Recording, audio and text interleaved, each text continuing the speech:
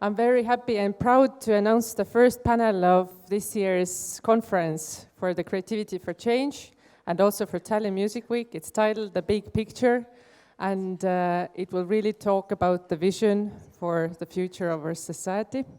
And may I ask on stage, the panel will be moderated by Kadri Liik, and she's a Senior Policy Fellow at European Council of Foreign Relations, and the President of Estonia, Toomas Hendrik Ilves, and Mr. Hamdi Ulukaya. May you come on stage. Thank you. Hello, good morning, good late morning. My name is Kadri Liik, and indeed, it's our job today to fix the world in 1 hour and 15 minutes. That troubles me a little bit. I think that might be slightly too short a time. One could need a little more than that, but I think we will do the best given the experience and capabilities we have here. We have 2 speakers and 1 moderator who all come from somewhat different backgrounds, so we will try to make it a fruitful conversation. And Hamdi, why don't we start with you? You have dedicated much of your energy to helping the refugees and trying to give your best to solve that crisis. At the same time, you are also fairly critical of how these things are tackled by the mainstream methods. So give us your take. Tell us your story and what do you think the world should do better in today's context to fix the burning problems, of which I think it's fair to say the refugee crisis is the most burning one.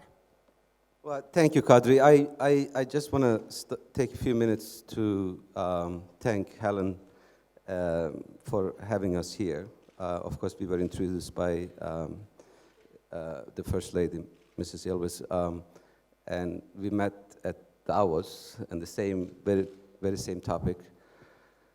Of course, I knew of Estonia, but I've never been here. And after changing our schedules around, and I said, let's go. And I'm so glad I said, let's go.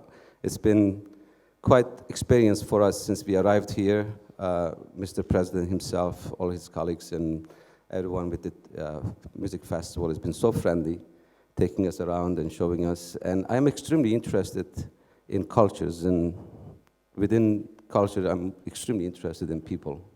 And I must say, the people in this country is, I'll talk about it a long time after I go back. And then we got to know the city. We went a lot of places, but one thing I do, wherever I go, in the first day, I go to the supermarket and I buy all the yogurts that are available in the supermarket. So I did taste every yogurt that's available in this country. And the lady at the supermarket were looking at me as if I'm like a ghost or something. Like, there was something wrong with me. And I said, we're going to do a yogurt party. And we did. We put it into our hotel rooms and we ate every single one of them and sent the picture back. Because you got to learn the culture, you know? It's a live culture in the yogurt. Acidophilus culture. So I could come back for Chobani for one reason, but I think before I go to refugees, I'm an entrepreneur. And I moved to US when I was 21 years old. A Kurd from Turkey who studied political science. And the second year in, I had to leave. And made myself in upstate New York, worked in a farm. I come from a farming background. My family, we were nomads, Kurdish nomads, go up into the mountains, make cheese and yogurt, beautiful, happy family. So I found my home again in upstate New York, again in a small town. Fast forward, I never get involved with business before, other than my family's small business and doing things. I never knew I could start something. I never knew I would get into the business side or entrepreneurship side. In 2005, I saw an ad, and it said, fully equipped yogurt plant for sale. It was just an ad that you get, you know how it is, that a lot of junk mail comes. and I throw it into the garbage can. And I'll tell you why I say this later on. I picked it up about half an hour later. It was covered with cigarettes and tea remainings and everything. I picked it up, and I called the number. And turns out that Kraft, one of the largest food company in the world, was closing this factory, not too far from where I was. And they were selling the plant. So I went there, and a gentleman named Rich showed me the whole plant. It was about 90 years old. And there were about 55 people working in that factory at that time. By the time I finished the tour, I asked how much it was, and I couldn't believe the price. It was $700,000. So I called my attorney. His name is Mario. I called Mario. I said, Mario, I just found a plant. I'd like to buy it. So Mario said, first he didn't understand what I was saying, and then later on he said, you are crazy. If there wasn't any value left in that factory, the largest food company in the world would not sell it. And if there was any value left in the yogurt business, they would not get out of the yogurt business. And then he said, they probably want to unload this 90 years old plant who has a lot of environment problem as is to a crazy Turk or a stupid Turk. That's what he said. I said, you're right. But I called him again next day. I said, now I just think that I should buy this. So he keeps going on and he says, Hamdi, you do not have $700,000. You don't have that kind of money. You haven't paid me for the last 6 months. It was true. I had not paid them. We made it happen with the SBA loan. Mr. President would know there's an agency the U.S. government has that helps the small businesses. With an SBA loan, I got the plant in August 17, 2005. And I hired 5 people from that 55 the first day. And my first board meeting was with those 5 factory workers. So they're looking at me, and they say, what are we going to do next? I said, we're going to go to the hardware store, Ace. We're going to buy white paint, and we're going to paint the walls outside. The maintenance guy, Mike, he said, Hamdi, tell me you have better ideas than that one. Because we haven't painted that walls in the last 15 years. Who cares? They tell me you're going to make something. I said, Mike, I don't know what's next, but we gotta paint the walls now. And that summer, that's what we did, 5 of us, for 2 months. We painted all the walls outside. I came up with a design. The door should be red. The door around the door should be red. Door itself should be blue. I came up with some creative way to paint the walls. But within that painting the walls, I came up with a lot of ideas. And the reason I say that is there's a poet that lived in Anatolia in 1400, Rumi. And he says, when you start walking the way appears. I choose to paint the walls without knowing I was doing that, but I choose to start painting the walls while I was thinking what I was going to do next, instead of sitting around the table thinking what I'm going to do. Fast forward, 5 years later, we launched Choban in 2007, October 2007, with those 5 people. 5 years later, we went from 0 sales to over $1 billion.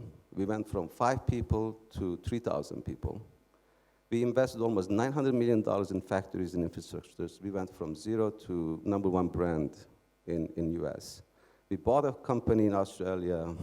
We built one of the largest yogurt plant in the world in Idaho.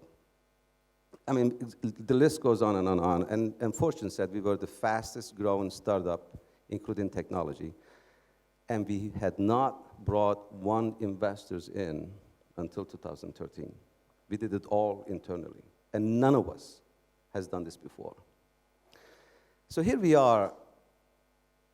I didn't know I could do these things. None of our colleagues knew what we did this. Here we are talking about creativity to change, talking about issues around the world, talking about entrepreneurship, talking about problems.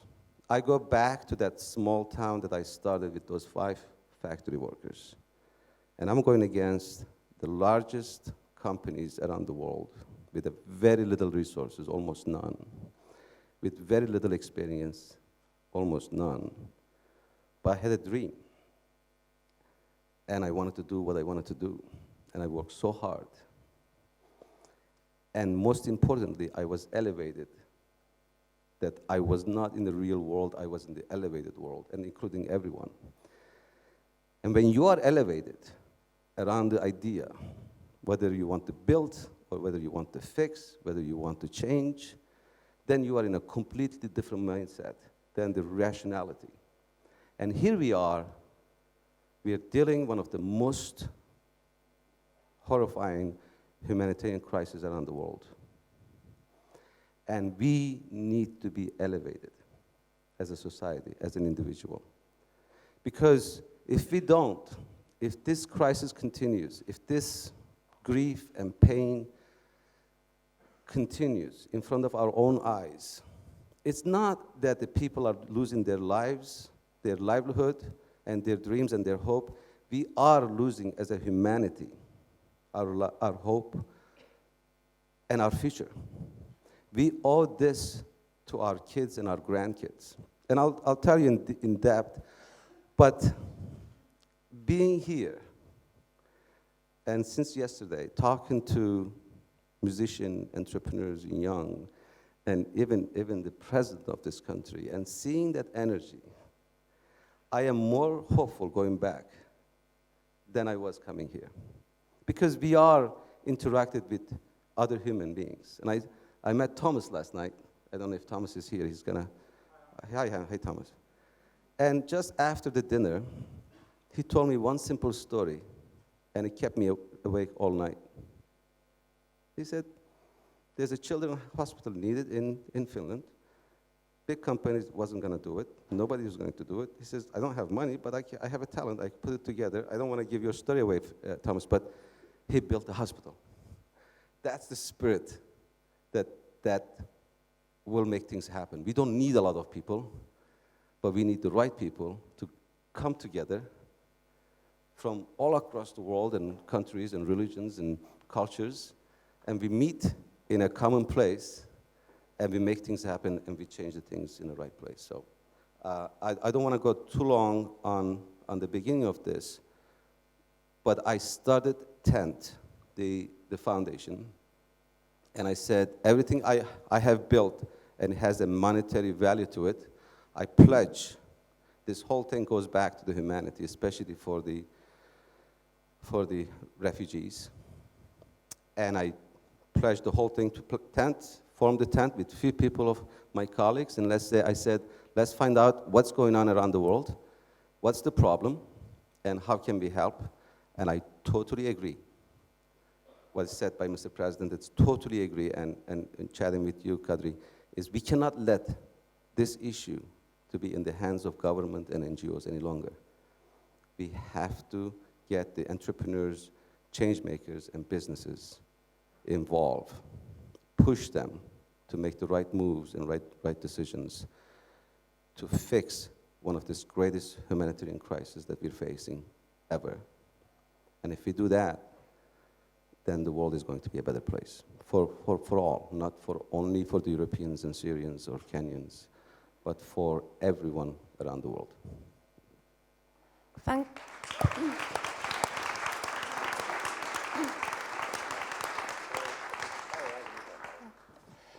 Thank you so much. This was really an inspiring story. I'm actually not too surprised that you managed to make a fortune by producing yogurt. I know how scarce a supply of good yogurt there is in some countries. And here's a business tip to anyone from Estonia. I live in London, I'm starving there because they don't know what good yogurt means. So why don't you export or start producing some in the UK? I think the market would be really grateful. I think the only problem is who will buy all the existing yogurts, because why would anyone want them if there is an Estonian one on the market? But you also mentioned that very important thing that you need right people. You need right people in right places. that was actually one of the last things my grandmother said to me before she died, that people are not in their right places. I'm not quite sure what she meant by it, but it stuck me, and I see it applicable in so many contexts. And that is something that also troubles me in the political context. World gets scarier and scarier, and problems are piling up. But somehow still we don't seem to have right people in right places ready to solve the problems. And that especially applies to political landscape. I mean, politics is in decline in many European countries. Democracy doesn't produce governments that are responsible and capable of action. You can see triumph of populism in so many countries, or simple dysfunctionality for different reasons, but at alarming quantities. And at the same time, I do think we also need governments and politicians to deal with the problems, at least for the time being. I sometimes think of a country called Ukraine. We here in Estonia follow them quite closely. Ukraine is an amazing country in the sense that they are largely run by NGOs nowadays. NGOs that pressure the government, threaten it, blackmail it, twist their hands. They get certain things done by that, but still it's an amazingly ineffective way of running a country. Things would be a lot better if they had responsible politicians who are capable of doing the things that need to be done in the first place. And then they could think of mutually beneficial partnerships with civil society, entrepreneurs, so forth. So I think there are failures on multiple fronts. So, Toomas, Mr. President, you have been also writing about these issues, also in multiple contexts. So how can we do anything about it? How can we make the creative spirit not only to solve the problems on the ground, but also to improve the quality of those whose job it is to solve the problems, to draft the laws, to form institutions, so forth? Well, I was going to actually talk about something else, but I'll get to that. I did want to pick up on something that Hamdi said, or maybe more what he didn't say, which is that as an entrepreneur, one of the things you have done is actually hire a number of refugees, and your experience with that has been, from what I understand, rather good. And actually, I mean, with this discussion of refugees all over Europe, I think our entrepreneurs, our governments, and also the people who have, the populace who are taking a rather different line, fail to realize that in fact, just the sociology of being a refugee, the psychology of being a refugee, turns people into hard workers. And that's something our entrepreneurs, that entrepreneurs in general need to get back to. Why has the United States been so successful? Because basically it is a country of immigrants who are starting from zero. The Estonian experience as refugees, or the experience of as deportees to Siberia when the Soviet Union deported about 10% of the population, was that starting with nothing in extremely adverse conditions, they built themselves up. It is a universal phenomenon that refugees tend to be the hardest working because they realize this is their own one chance. In the United States, wave upon wave of immigrants, refugees mainly, have become the most successful groups in the country. I mean, when East Europeans arrived at the turn of the 19th and 20th century, they fled awfulness in Russia. They got there, they were poor, and they started working. Soon they built themselves up. The Chinese came in large numbers, fleeing awfulness. They built themselves up. They started with grocery stores, and then they sold the grocery stores to the next group, the Koreans or the Vietnamese. Generation over generation, the first generation comes in with parents who barely speak the language. The children are embarrassed by their parents because the parents speak in broken English, and they work hard. My parents arrived in the United States with nothing, and they sent their two sons to Ivy League universities. It was the same thing, God, they're speaking, oh, man. Yet we all had this work ethic. And this work ethic I've noticed throughout my entire life among people who are second generation and first generation refugees who start with nothing. And I thought maybe that's something that that entrepreneurs, companies should be far more aware of, is the sociology and psychology of being a refugee. Because if you really want hardworking people, and especially when I look at the declining work ethic, not in Estonia yet, but in the countries that have become rather rich in Europe, we see that, it's well documented in the UK. All these people who have moved to the UK since Eastern Europe joined the European Union, and there was free movement of labor. This is the problem. The Poles, the Estonians, the Lithuanians are really hard workers, which leads to the rise of UKIP saying, we don't want these people, they work too hard.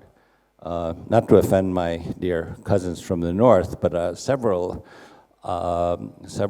programmers I know who went up north from here were told that, and worked for software companies, because back before Skype, we didn't have much here. And they would go there, and then they were told by their colleagues, look, you got done in 2 days what we were asked to do in 2 weeks. Slow down.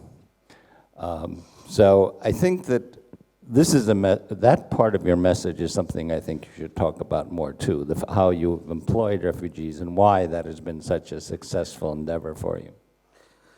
This was, it's so true. I live in Norwich. Norwich is about 5,000 people, and the factory is in New Berlin, which is, I don't know, a couple of hundred people in town, but surroundings are farmers. And the distant town is Utica, which is about 30 miles north of it. I used to live there. And I heard that there is a refugee settlement in Utica. And I heard that they were having a hard time finding jobs. And so I went there, and turns out that there were people from 11 different countries who were settled in Utica. And I said, I just started the yogurt company. It's our second year. I would like to hire them. So the person who was in charge of the refugee center couldn't believe what I said. And I said, yes, because they go to the businesses and try to make people to hire them. And he said, well, as you know, they just arrived and they don't speak English well. I said, well, we'll hire translators. And with the translators, we can train them. And then he says, she says, they don't have cars. Well, I said, well, we'll get transportation, buses. Those are the things that we can solve. Now, New Berlin is a very small town that probably I was the first Turkish or Kurdish that they ever seen in their life. So these were going to be the first time they've seen someone from Nepal, from Syria, or from Iraq, or from Kenya, these different nationalities. And people said, are you not concerned? I said, no. Why would I be concerned? Because I knew the people in New Berlin. So today we have about 30% of our workforce are refugees. We have about 600 people working in our factories and offices. And it's been 5 years, 6 years. This is way before this whole refugee crisis has started. And I must tell you, the friendship that people built in our plants around this cup of yogurt, the stories that have been shared, the inspiration that they give it to each other, not even one single incident. And within both regions, In New Berlin, our first plant, and our second plant in Idaho, we did the same practice. Unemployment rate in Utica is less than 3%, in Idaho is less than 3% where we are. Because when we built the plant, there were 5 other plants came to build around our factory. So we have negative unemployment. And same thing in Norwich. It is the county that had highest unemployment, now it's one of the lowest. And just yesterday, we announced that we support minimum wage initiative, which California just passed, and New York passed it today, and I put an op-ed in CNN yesterday, that we must pass the unemployment to $15, from $7 to $15. And why I say that is because hiring refugees doesn't mean lower wages. You must give the rights to every one of them equally with their medical and all the benefits. What they bring is this survival's spirit. There's something happens when you move from one place to another place. Like I was in Lesbos, I was in an island where people were coming from by the sea from the Turkish side. I was right there with some of my colleagues. I saw people who just crossed. They went through this horror. Now, I make decisions as an entrepreneur every single day, launching a product, making a marketing. If I'm wrong, I lose money. If I'm wrong, I lose market share. If I'm right, I gain. Here's a man or a woman who's making a decision to get on the sea. If he's wrong, he's going to lose his son, his daughter. Every single day, that person makes a decision that means life and death for himself and for his kids. And these are beautiful, small, innocent children. You go crazy for them. Imagine how the parents are. We all have kids, and I have a boy who's only 5 months old, and know how that feels even better now. These people make it to a society. I mean, the brain is in a completely different place. He made decisions. He survived. He left everything behind, and he's living to make a life for himself and for his family. Imagine what this person is going to do if you give it to the right platform. Imagine how much this person is going to be appreciative for someone who receives it to his community, opens his doors, gives them an opportunity. Because what they did to him back home was his people. Who gave them the right to live is other people. They are ready to, they are ready to contribute, right? So take that and add it to your society. Chobani benefited from me. I benefited from it. Not from a perspective of hiring to make a profit, but raising the standards and spirits. Everyone who works with those people love them. Why? They remind them that what they have is extremely valuable. Because we sometimes forget. We sometimes forget that we can walk on the streets, we can talk our minds, we can enjoy it with our families. These are the basic human rights that these people couldn't have and left, and some of their members have died. So, but what happens if we don't? There are people who were living in the refugee camps for 17 years. 17 years. A refugee camp, I've been there. It's covered. Lack of education, lack of hope, lack of basic needs. I was in the conference in Geneva just 2 days ago. UNHCR, 60% of their budget, almost every year, their lack of their budget. Every year. World Food Program is lacking their budget. That they run out of money to give basic needs, food.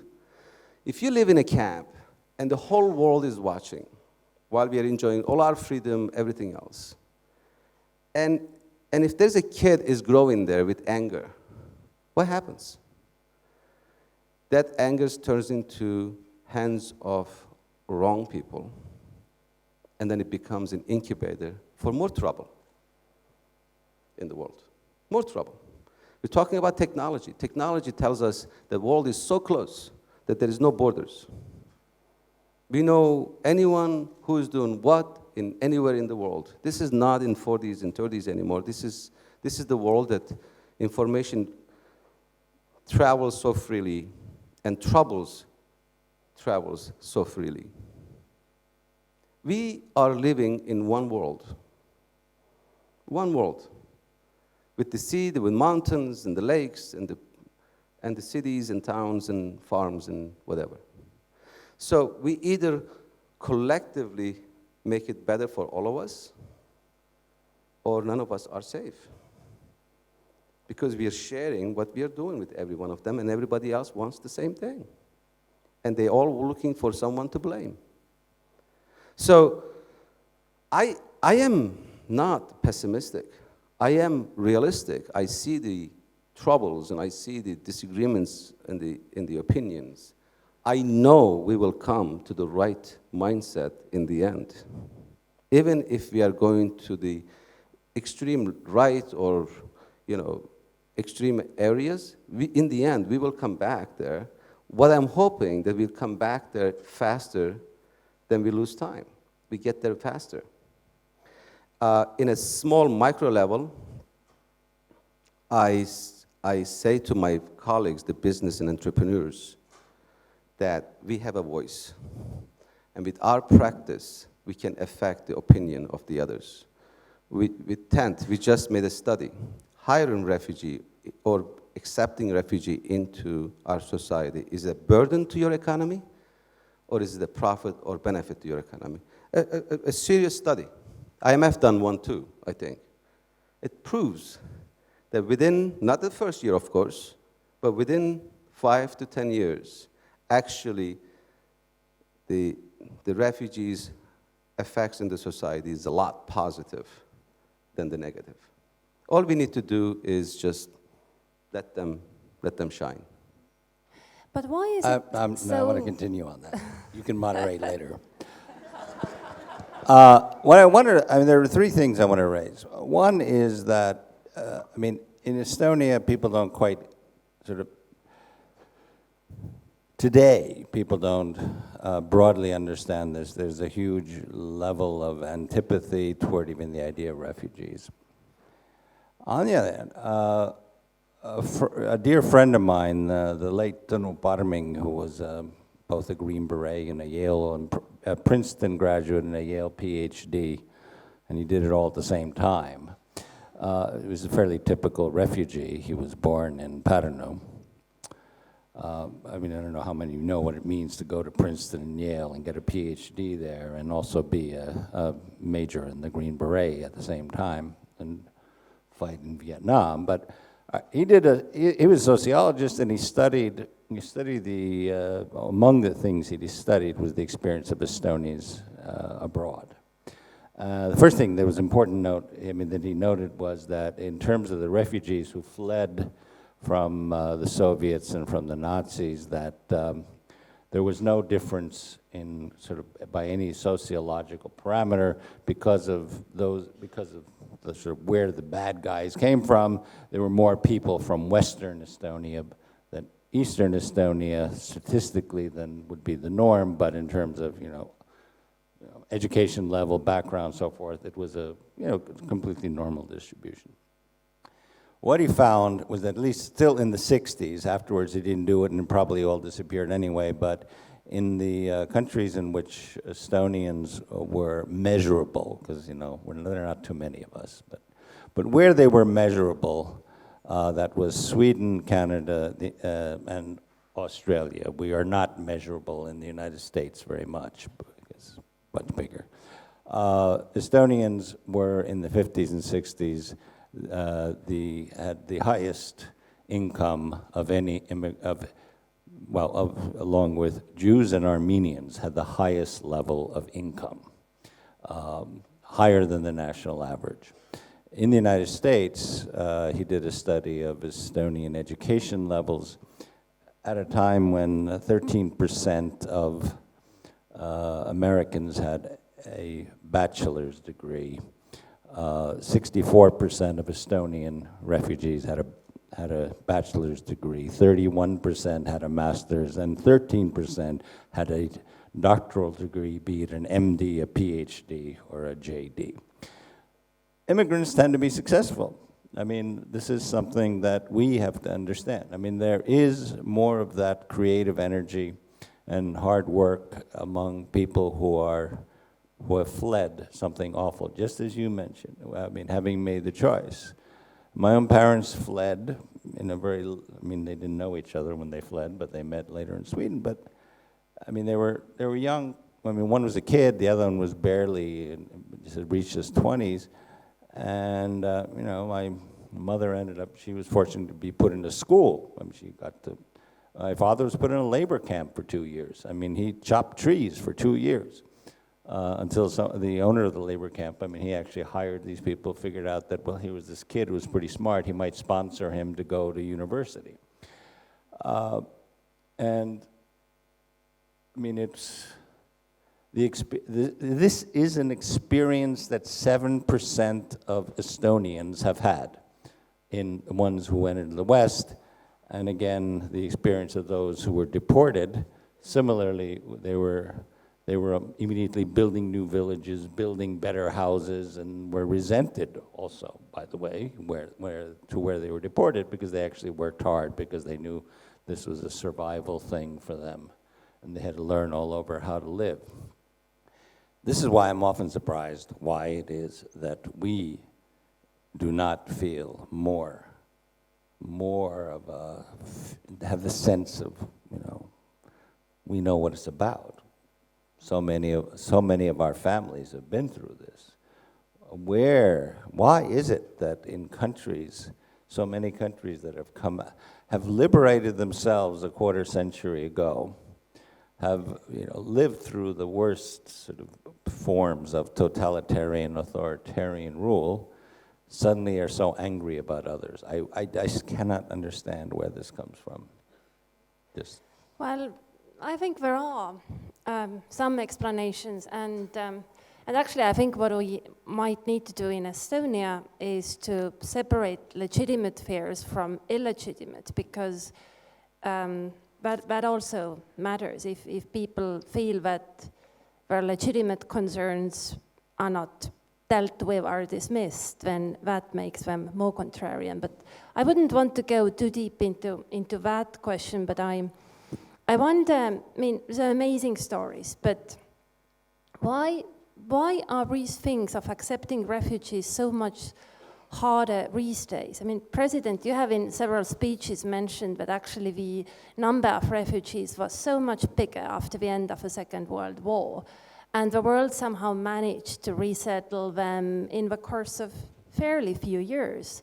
I mean, back then, my family has also a history of staying in refugee camps, but there are not that many stories from there, for simple reason that people didn't stay there for so long. I mean, no one grew up in refugee camps. They were all gone fairly soon.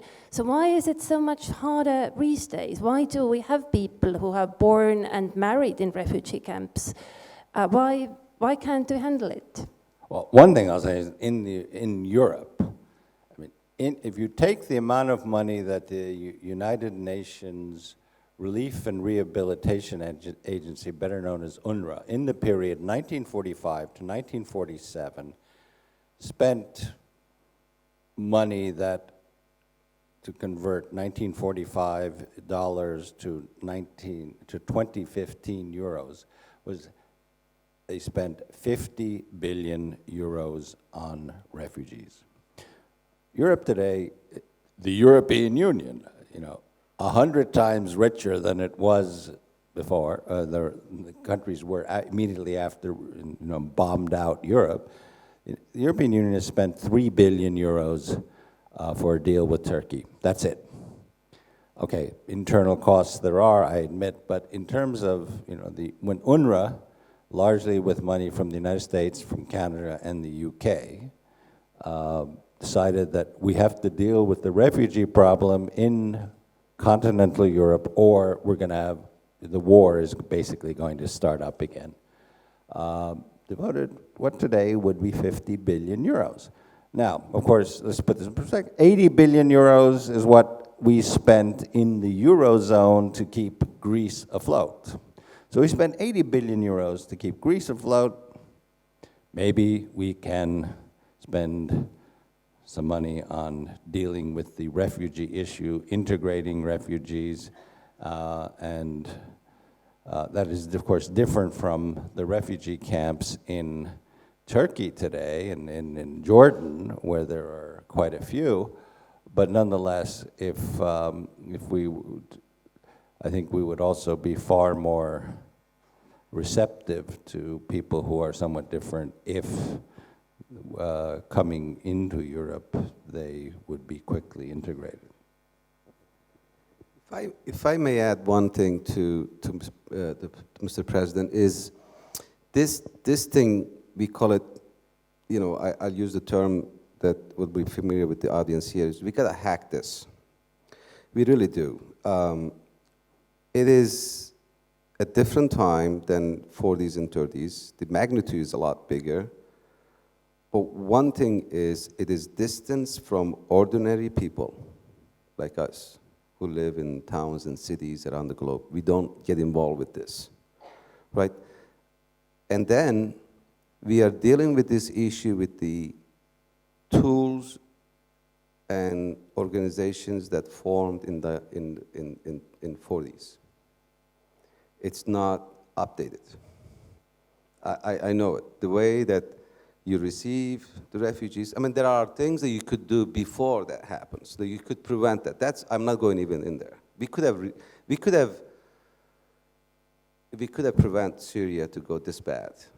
There are a lot of lessons learned from that, which we should apply to other issues that might come, which will come, that doesn't go this bad.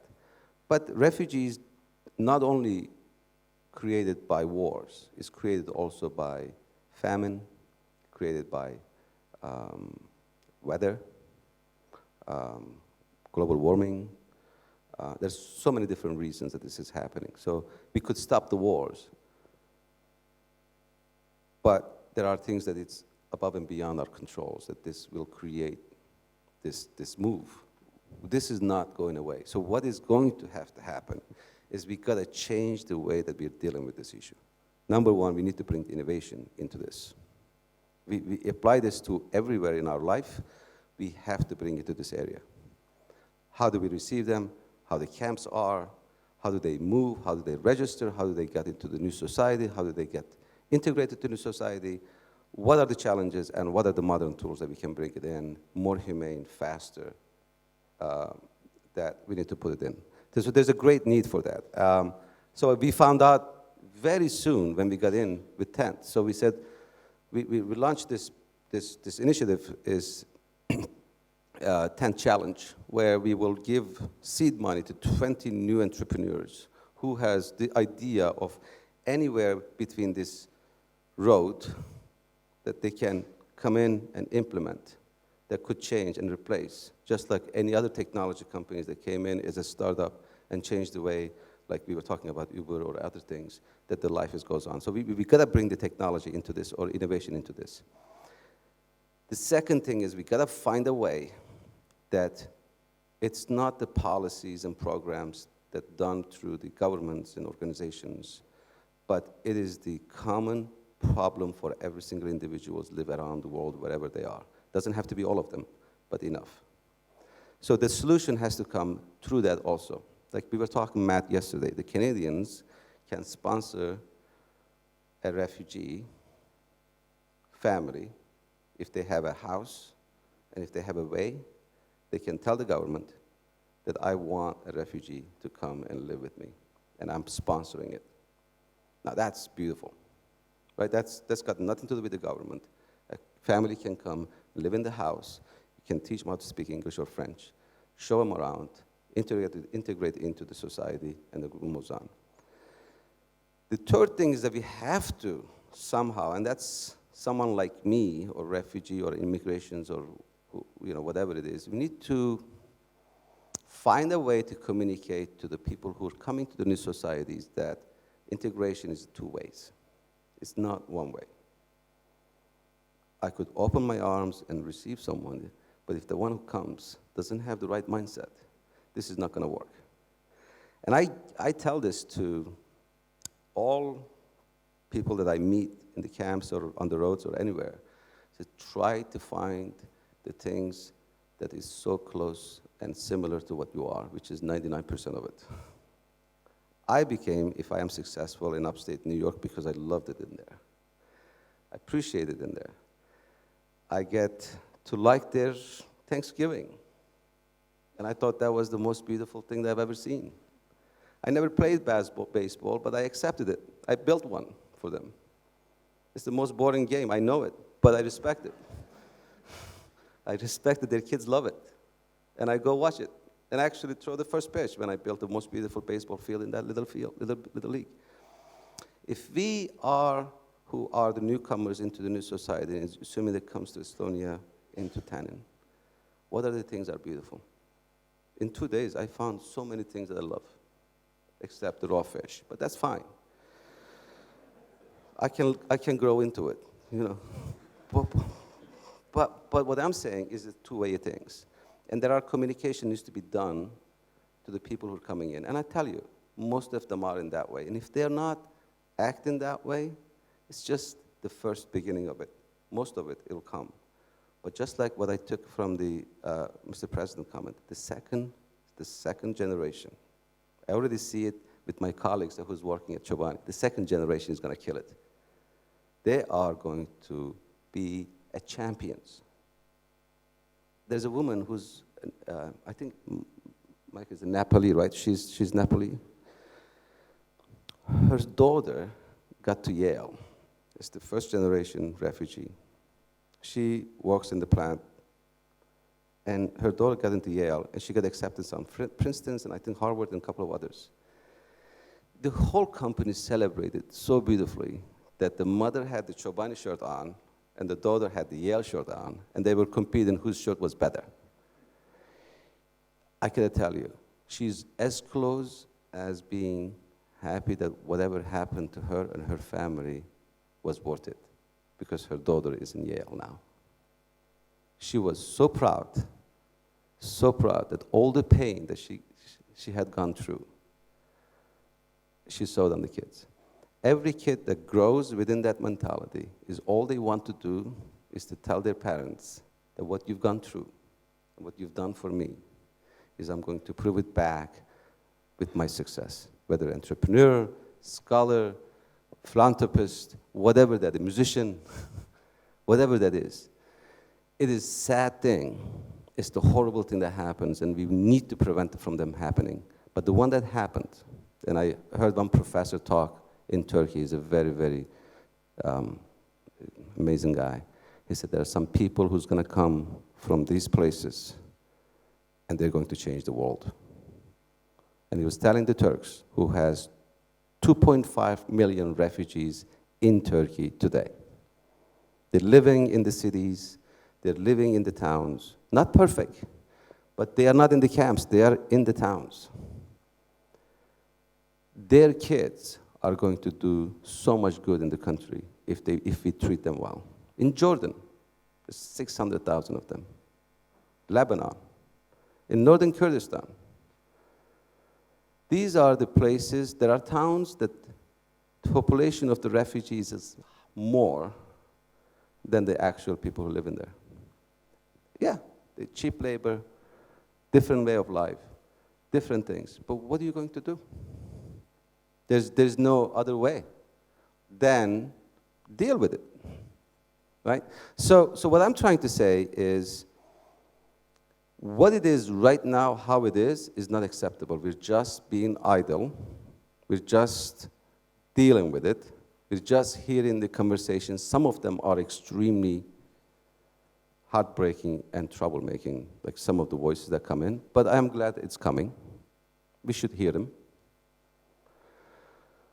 But we, as entrepreneurs, as disruptors, as the new way of looking at things, which is happening this week in this town, is when we are waking up in the morning, we say, how am I going to deal with this thing?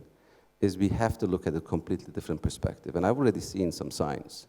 So as a 10th startup, I wanted to create the platform, like someone like Toomas or other entrepreneurs, the mindsets, that they can come in and we can share the thoughts and ideas. And then we can go out there and implement it. And then if we have our talents, and if the money is no problem, it's a problem, but at least for this stage, it's not a problem. We need to change a complete, system. And we need to rebrand it.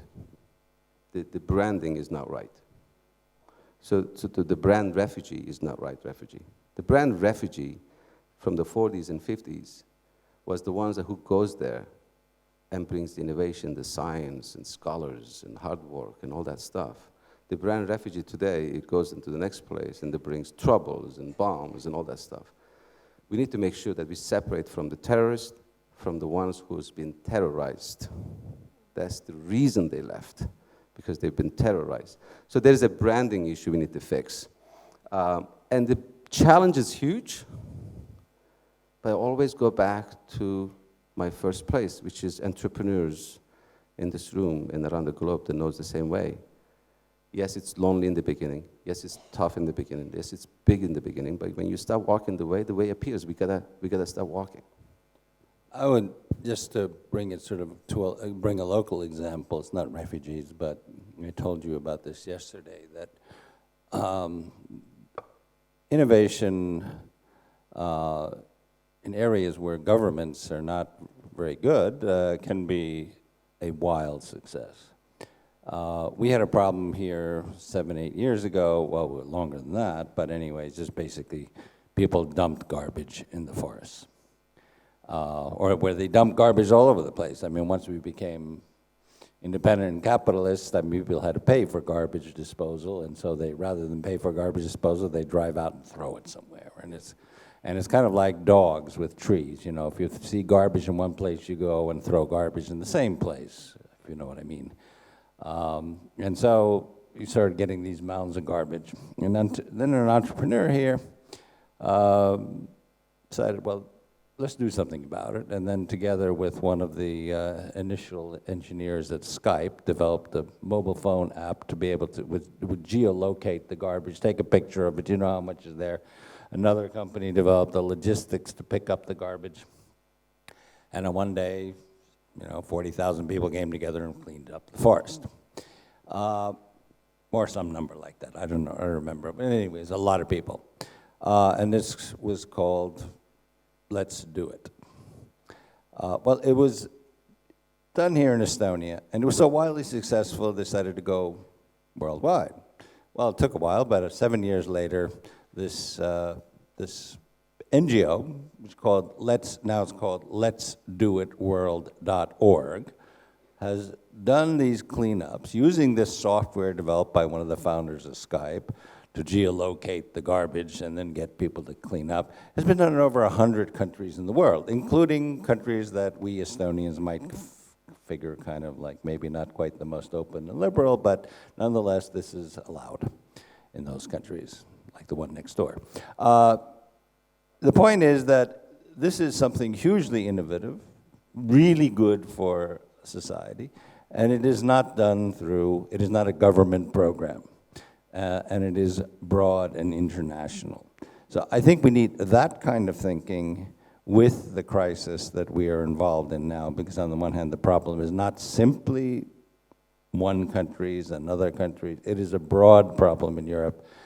Now I'm not, I'm getting arteriosclerotic, I can't think that well anymore, I guess. But I think some young people could come up with some pretty innovative ideas on how to deal with the issue of refugees. Clearly, I see one problem is going to be ID. I mean, one of the big words, well, they come here and then they pick up their welfare payments and they go over there. I mean, we need to solve the problem of identification. I mean, there are a number of other problems, but that's one that I I see is clearly a source of objections. We don't know who they are. Well, we in Estonia have solved the problem of identification. If you're from Estonia, you know your card is there's no better identification than your chip. But anyway, I see that the innovation side is something that we should call, I would encourage people to apply their innovative skills to solving some of these issues the way innovation on the part of very creative engineers solved for Estonia and now the rest of the world, the garbage problem. Time is running fast. We started late. I think we will go a little over time, but I think still it's proper time to bring in the audience. I know there are many creative people in the audience with different experiences from different fields. I cannot really see you very well from here, but I know there are some ladies in the room who will approach you with the microphone. And please introduce yourselves as well. Hello, my name is Lena. I come from Riga, Latvia here. Thank you for this interesting conversation. I have actually a lot of questions in my head, and I'll try to sum them up in one pile. I think, Hamdi, what you mentioned, that we need to innovate the way we deal with the refugee situation, also is the biggest question for me, because what I hear in that is that we, by default, assume that this is okay to have a refugee crisis, that it's okay to have refugees. And for me, that's a big question of why we always only talk about the consequences and not the reasons. There was also the mentioning of, that there are many reasons for people becoming refugees. And this is not, I'm sure that this is not a choice to become a refugee. And there's reasons like famine, wars, all those things. And I always hear very little reflection on what our role is in that. And you said that you see that this is beyond our influence, but is it really? I think that somehow maybe if we could look at where these issues come from and whether we as the privileged part and parts of the world have some influence on that, maybe then we could achieve the one world for everybody, and we wouldn't have to deal just with the consequences all the time. And I'm just interested in if you have any reflections on that, like what our part is in dealing with the reasons rather than the consequences. I totally agree with you. I just said it was in front of our own eyes, this recent Syria ones that happened. And Europe watched it, US watched it, Russia watched it, Turkey watched it, everybody got involved, and then this whole thing, 4.5 million or 5 million people, and I don't know how many of them, like thousands of them died, and then we just let them come through and go. Could have been prevented from so many different levels, many, many times. And as I said, we gotta learn from this, and we cannot let this happen ever again. If you look at 4 or 5 million people, how many of them would have thought about leaving their homes and towns, before the war? Their economic migration happens all the time, but not in millions, right? There's hundreds of thousands or whatever that is, but not in millions. And now they are on the road and it's going. We have to. It's not my expertise. It's not where I'm loud about.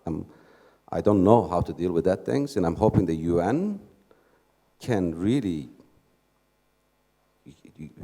This UN is formed for a reason, and it's got to act. And I've not seen this much weakness in a long, long time.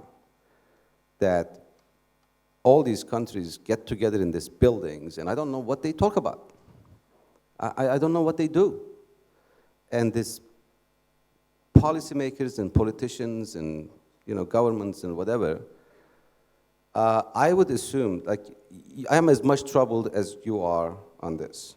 And I just want to deal with this side first, personally. I have opinions. But I'd like to see some of these disruptive thinkers, these entrepreneurial thinkers, and some of these people in this room around the globe that runs these places really soon, that brings this kind of thinking and consciousness into how can I prevent from this happening? And how can I make sure that these bad guys don't become this way? How do I cut their resources and monies and whatever that bring the common senses? But it is what it is. I'm not gonna. I can't think about myself like why did this happen. I gotta deal with what the circumstances is right now. It's how I can deal with this issue right now, making it better. And while I'm making it, just like you mentioned, how do I make sure that this never happens again? That there's learning is happening from it. We often repeat, if you look at the recent history, we often repeat the same thing over and over and over again. And I think this recent one, especially in the Western world, I think we've learned quite a bit from it, and I hope that we can implement in the next trouble areas. What often is troubling is that we, actually our ability to deal with problems is declining. Recently there was an op-ed in New York Times that described how United Nations is becoming more and more dysfunctional, victim of its own bureaucracy, and therefore less and less able to really tackle the problems of the world. So Don't start with the UN. I mean, I just think that this place, it really needs to refurnish and rethink about it again. I mean, I was just in Geneva, and I respect all the people out there and trying to do what they do. It's a full of room, beautifully designed. Everybody's coming and talking. In the end, I asked what the result was, and I don't want to repeat it here. And I said, wow, that much waste? That people came from all over the world into that room with their assistants, with their people, sit in that table, spend a day or 2 days, and left, and this is the result? It's just so much waste that if you have a little bit of consciousness of thinking, you cannot tolerate more than a couple of hours. You just say, this is just BS, this is just unbelievable. But it's just getting a place where idea is right, the dream was right, the United Nations or the international organization's idea is the right one. It's just not working. It's just dysfunctional. It's just too bureaucratic. It's just, I don't want to make this as a, criticism to UN, but that institution needs to work. It's got to work. There is no other way. And I think idea is the right idea. It did fix some of the problems in the past. It worked in the past in some areas. It's not working right now. We need leadership that represents the people. By the time every country agrees there's a person who's running it, it turns out, there's a saying that I love it. It says, by the time the horse gets into the committee, it becomes camel. It says like camel was a horse before he hit the committee. By the time everybody agrees that who's going to lead what agency is, the guy is completely dysfunctional. We gotta pick someone from this room and put him in that place and bring the common sense and be loud and tell to the people what's going on and solve, what she said. So, and it's really happening everywhere, but UN has never been this important and it's never been this dysfunctional, unfortunately. I absolutely agree. There are more questions, exactly.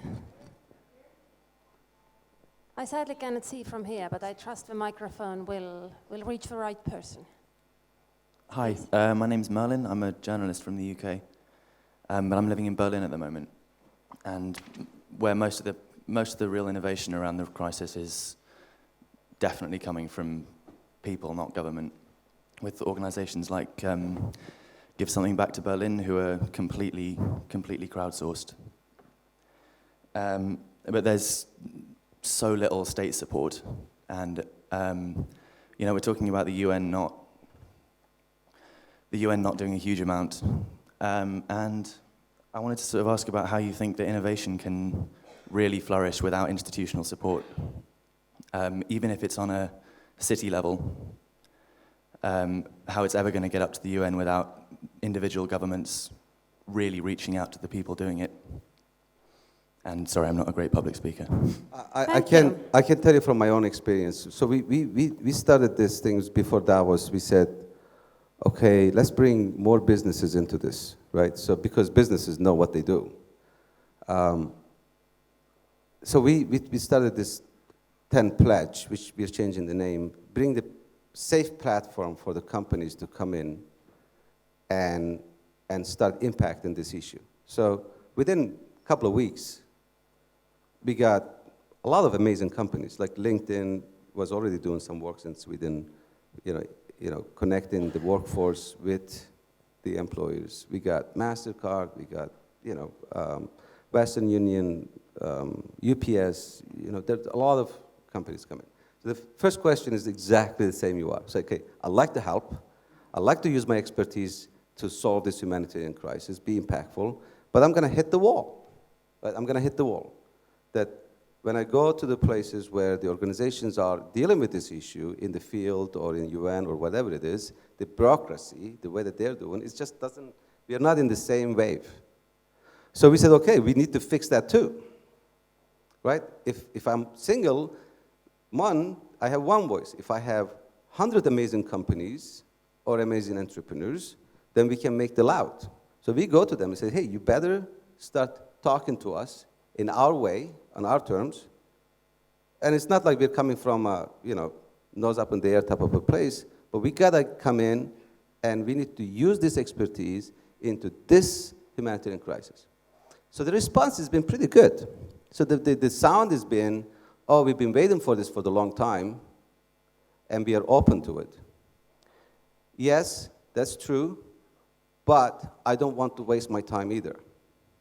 Let's make a decision, let's move on. So what we came up with, which we are thinking about putting together once we have all these entrepreneurs and businesses coming together, is one middle area where is going to infrastructure, that the way that we are going to deal with, how to deal with the, foundations and big NGOs and the UN places. By dealing with this, hopefully, that's the aim, you affect who you're dealing with and change the way that they're doing the business. Now, the second option is you build completely different system, a different organization. In my opinion, that's going to take long to get the name recognition and platform and all those resources. In my opinion, it's better that we impact these organizations to do the job better and more innovative than creating the new one. So we're going to do that way, and so far so good. So far so good. We'll see. I would say that my experience, being president, is that governments are not usually too innovative. Look, we're happy to be in democracies. Governments do what they've been elected by the majority to do, a coalition or however it is. So they're dependent upon the electorate, which then reminds me of Henry Ford. Was asked, why did you start building cars? He said, well, if I'd done a survey of what people wanted, they would have said, I want a faster horse. The thing is that the innovation, the case I mentioned before about Let's Do It World, that came out of an NGO. Skype, which is probably the flagship of innovation in this country and has inspired hundreds and hundreds of startups over the past 15 years. It wasn't the government saying let's do voice over internet protocol. You know what I mean?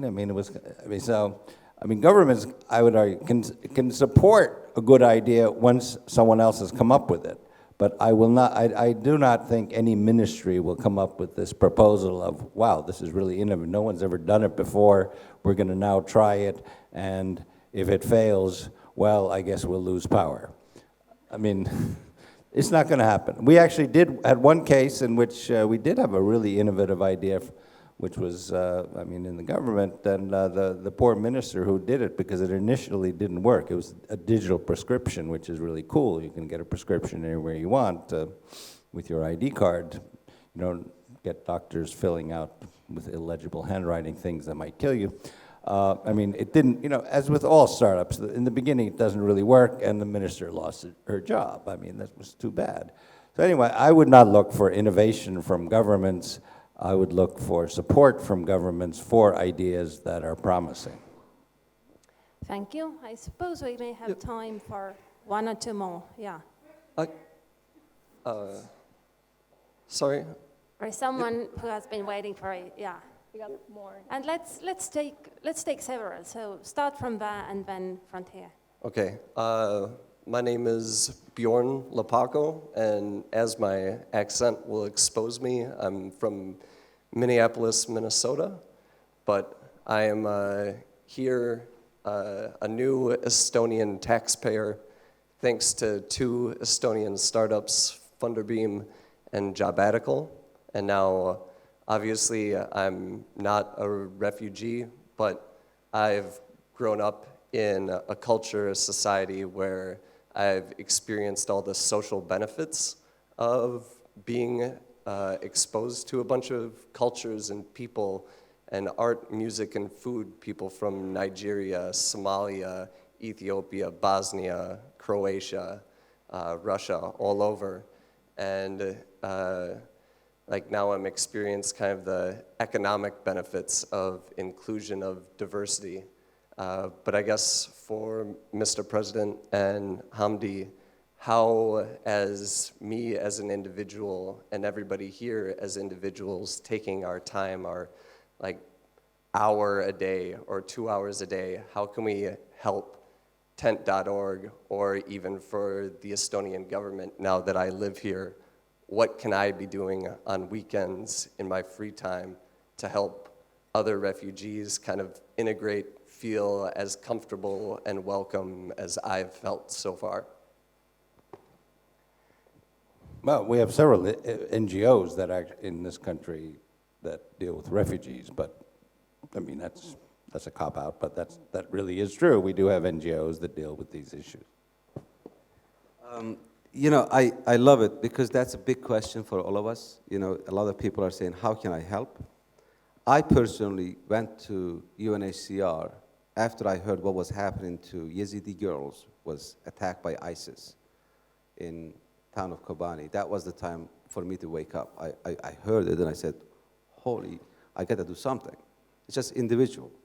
So I called and said, who is doing what? And I was like you, I was online and looking everywhere. How can I help? How can I help? I went to Geneva, to UNHCR. I heard UNHCR was the organization that was dealing with all these things, and I went there. And the first thing I said is, here's the money. I like to put a couple of camps, and because they were just in the Sinjar Mountains, they were just going up, and the winter was coming, and I said, they were running out of money. I said, let's do, support a couple of camps and the people that they were up in the mountains. That was the first reaction, but of course that only moves the needle. It doesn't make too much changes. But I searched, and I finally realized that I need to build tent. And with this, I need to do it this way and that way, and that's the initiative that I started talking about. But I have simple things that I tell to my friends and my colleagues, and I said, if you have money, give it. Always can do good things if it goes to the right place. If you have time, give it. Like you said, hour and 2 hours. What you do with your time,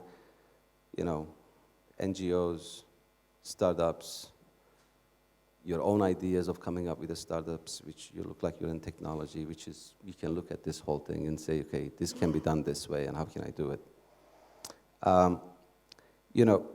If you have voice, give it, which we all do have voice.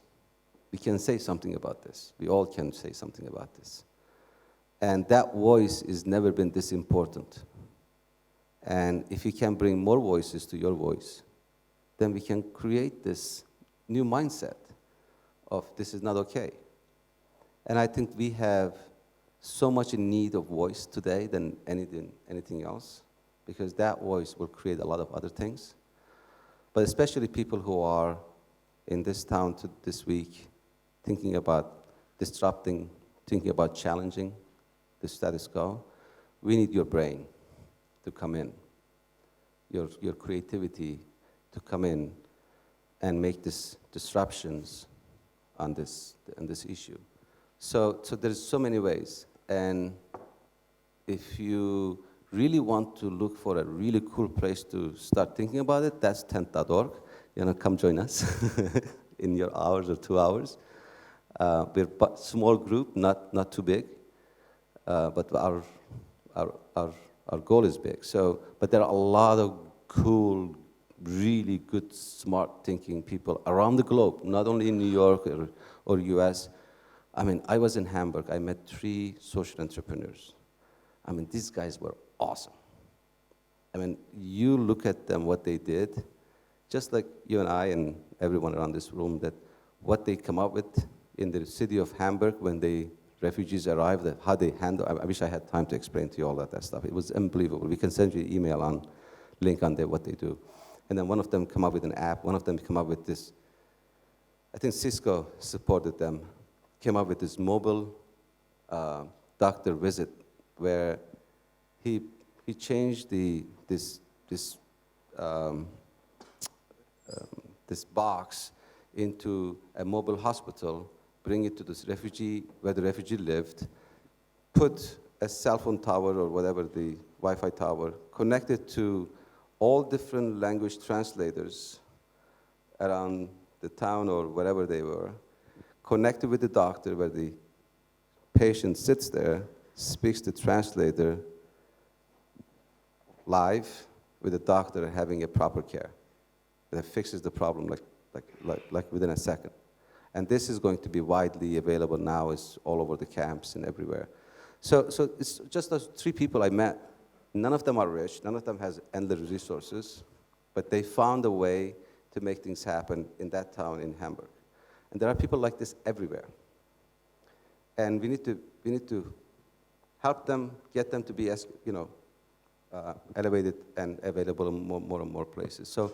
So there are so many ways to do it, but I think the voice is the most important one that we need right now. Thank you. Vei. Okay, very good. So my name is Kadri, as some of you heard already. And I'm asking the question from the kind of perspective of business and economy, and not as a musician this time. So the stories we've heard about the positive impact of immigration and even refugees, we've heard a number of examples. And the question is that how is it seen so differently in different parts of Europe, and especially in the region we are in now? That I think for a long time it's been clearly expressed by some of the European countries that this is actually going to help the economy, and it's kind of obvious that it's actually going to help many of the countries to survive the economics with the aging population and all the rest of it. And then interestingly, I understand the hesitation on a kind of personal level in the, for example, Baltic region, that yes, we need to get used to the idea of having more people from all over the place in here. But the hesitation on the economic opportunity as an economist is more difficult to see, because this region has lost, talking about the Baltic region, more than 500,000 people recently. And 500,000 people for a region that is only half of the size of London to begin with is quite a lot. So if there's an opportunity to bring this energy that both of the gentlemen have described, and with people who bring the innovation, why is that not talked about more?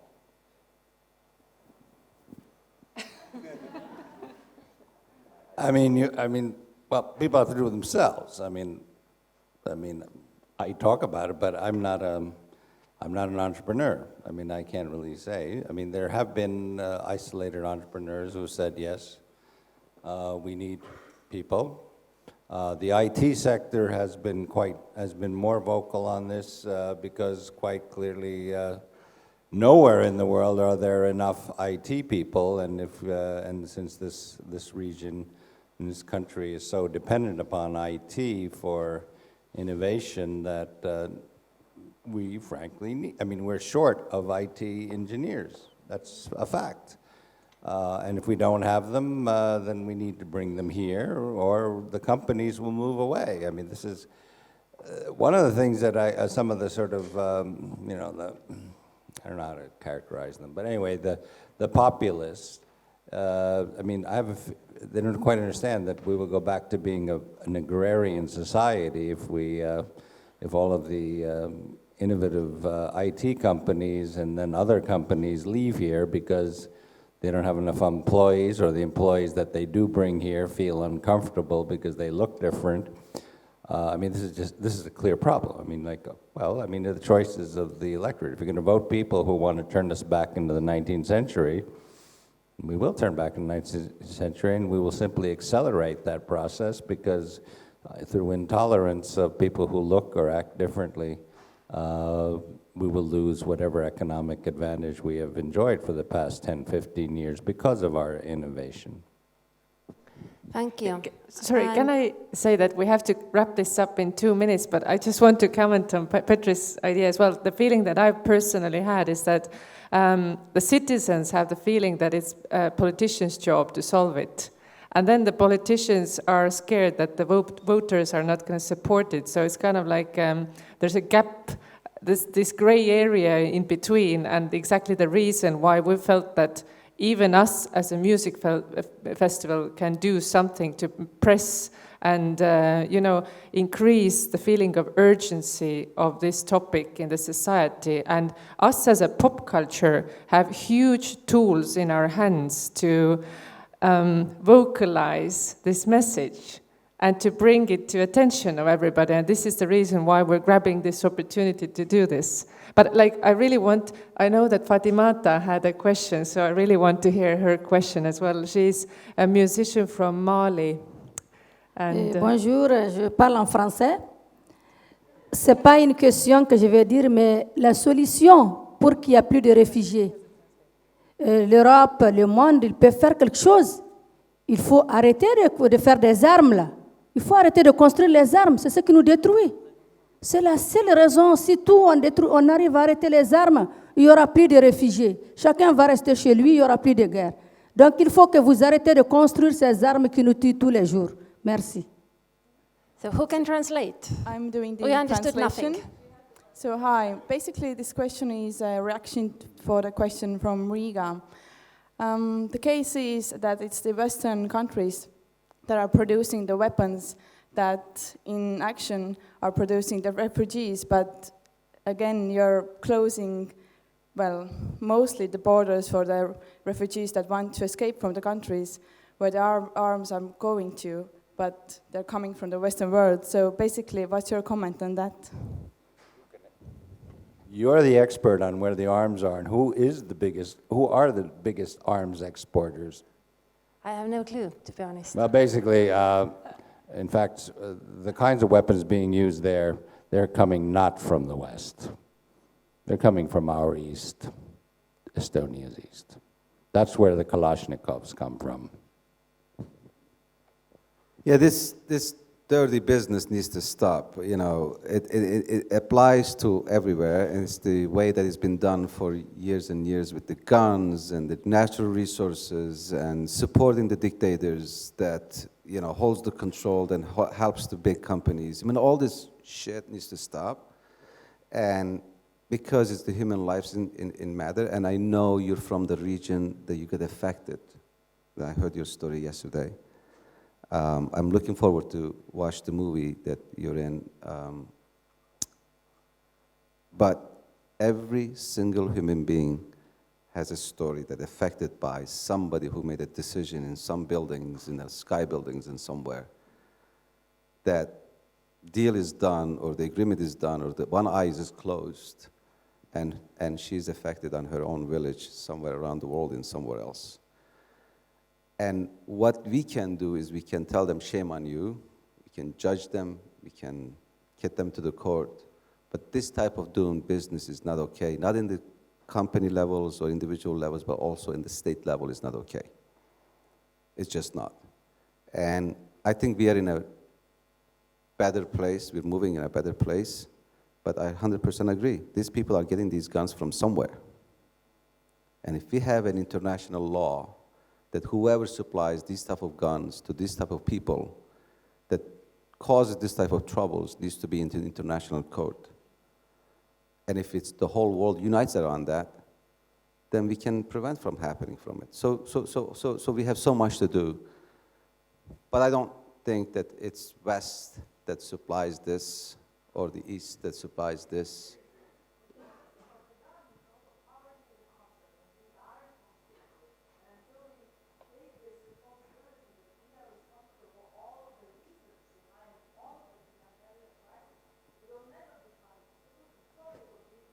No, you're right. I think you will have a hard time convincing East Europeans who've gone through 50 years of Soviet occupation that they are responsible for the world's problems. I'll tell you frankly, it won't work. It doesn't wash here. This is the part of the problem here.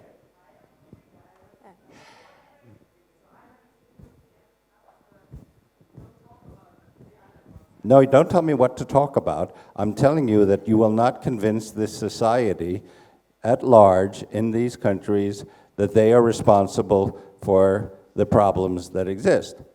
Yeah, we need to wrap up. Plus, I promised Helen that I won't provoke a fight. I didn't promise that I won't run over time, but I have done. But yes, I think to sum it up, weapons might be tools for bad, innovation might be tools for good, but in the end, it all boils down to people, to what sort of use you put these things or whether you use them at all.